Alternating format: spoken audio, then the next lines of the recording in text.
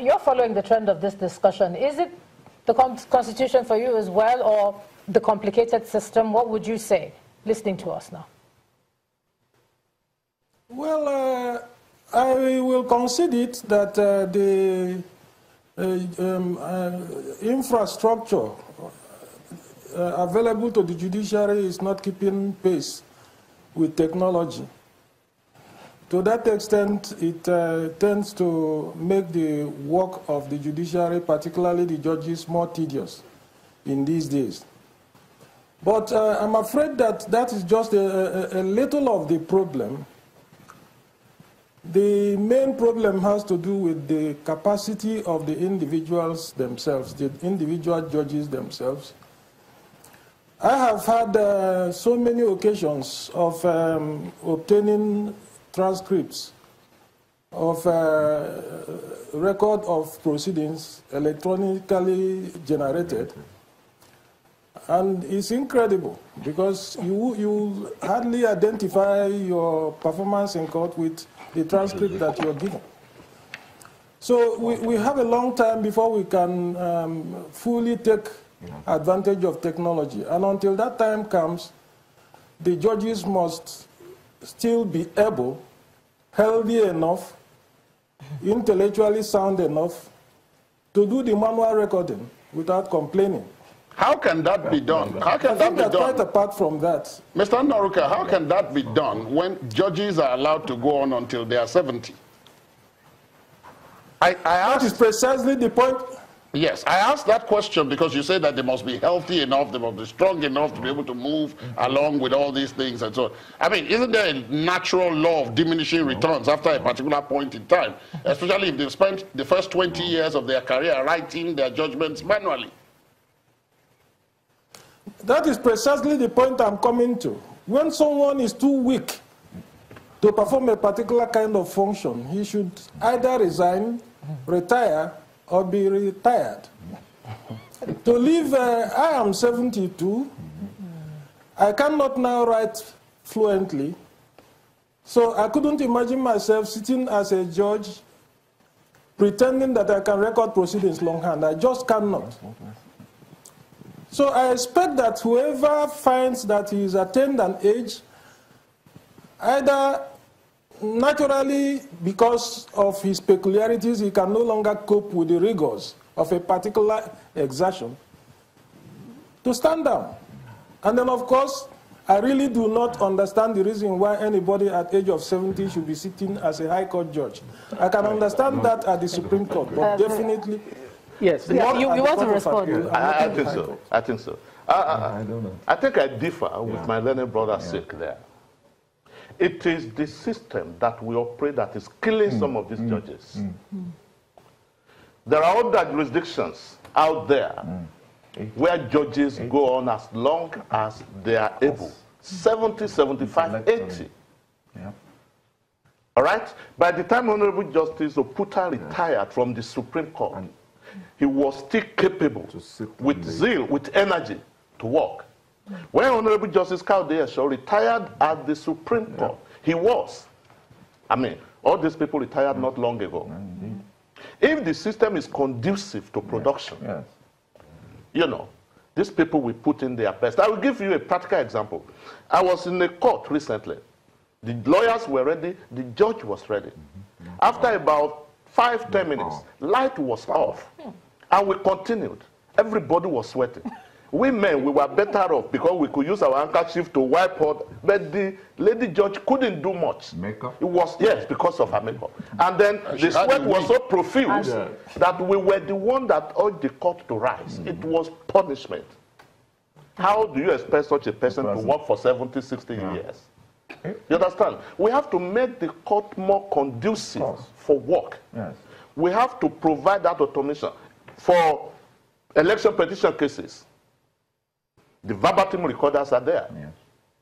For armed robbery cases, in the days of having armed robbery tribunals, the verbatim recorders were there. Why is it we can't have them? Why can't we have them in our regular court? If a judge is listening to you, to the lawyer talking, you know, and he just jots down key points, few notes, is following your argument, is following your discussion. But as at now, a judge is writing, is listening, is reasoning, all simultaneously. Mr. Warwick, who is responsible to make or initiate some of these changes? Okay. Especially since there seems to be the issue of the autonomy of the judiciary to access its own resources and spend it in a way that benefits it. But the judiciary is not the primary resource generator. So it's always going to compete with other sectors. That's right. You can't just ask for money and they give you. It's got to be a balance. And one of the issues is, what are the court fees like? We're the kind of country where if you want to raise the court fees to meet at least the basic cost, people will shout, oh, you know, we're very sentimental. Meanwhile, we have one of the lowest tax-paying citizenry in the world. So we want magic. We want some kind of mystical way of doing things.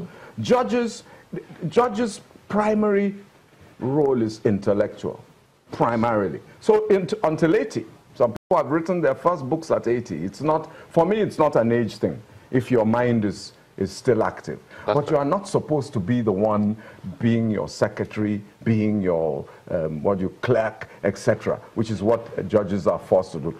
There's insufficient power supply, etc. So the money follows the plan.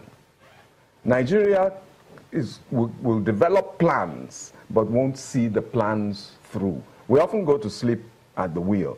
The NJC has been speaking about computerization of the courts for decades. Yes. You know, and it's not as if money hasn't been spent on other things. So we have to prioritize.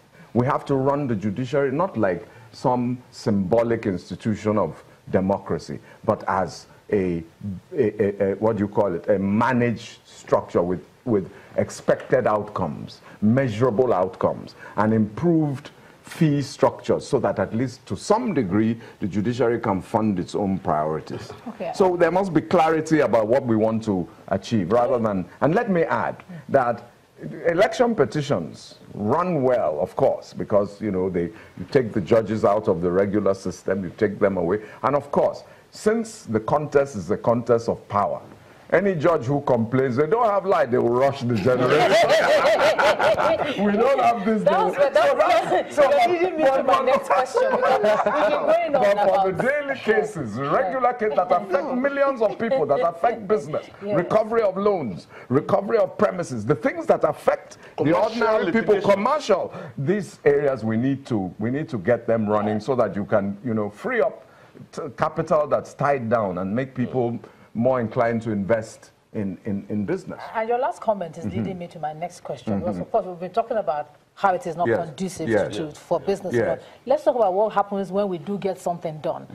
For a long time, the judiciary has been criticized as maybe being in the way of the anti-graft war. They want to achieve something, and then you come up with all delays and all. Then people file cases in triple courts of jurisdiction and all that. That has nothing to do with whether the judge is writing longhand or not. So what do we do about that? Thank you. If you want adjudication, you have adjudication. Right. And it is not a rule of the thumb. Everything within the court system is regulated. It's under the law, either substantive law or procedural law. If it is a criminal matter, you have the criminal procedure. Yes, the criminal procedure, the new one. If it is civil, you have the High Court civil procedure rules. You have the law of evidence and what have you. So, and fundamentally, we are running what we call adversarial system, not inquisitorial. When people argue on pages of newspapers, some of us will tell them, change it to constitution. Let everybody be presumed guilty. Yes. So that they can then come to court and establish their innocence within 1 or 2 days. If they cannot, you send them to prison. But the law says that they are presumed innocent until the contrary is proved. So, when the charges are read, it is not out of point to look at it whether the charges as read, captured the elements of the offense charged. And if it is considered that the elements are not there, Why going through the whole hog of trial that you may probably ultimately lose at the end of the day? For example, you are charging Mr. A for theft, and there is nothing in the charge to say that this was the item stolen. Nothing to state as partition, or nothing to state that the product was taken without the consent of the owner. All these things are, you see, law itself is technical. So when people argue that lawyers argue technicalities, I wonder what lawyers will go and argue. Law is technical, but it can be fast-tracked.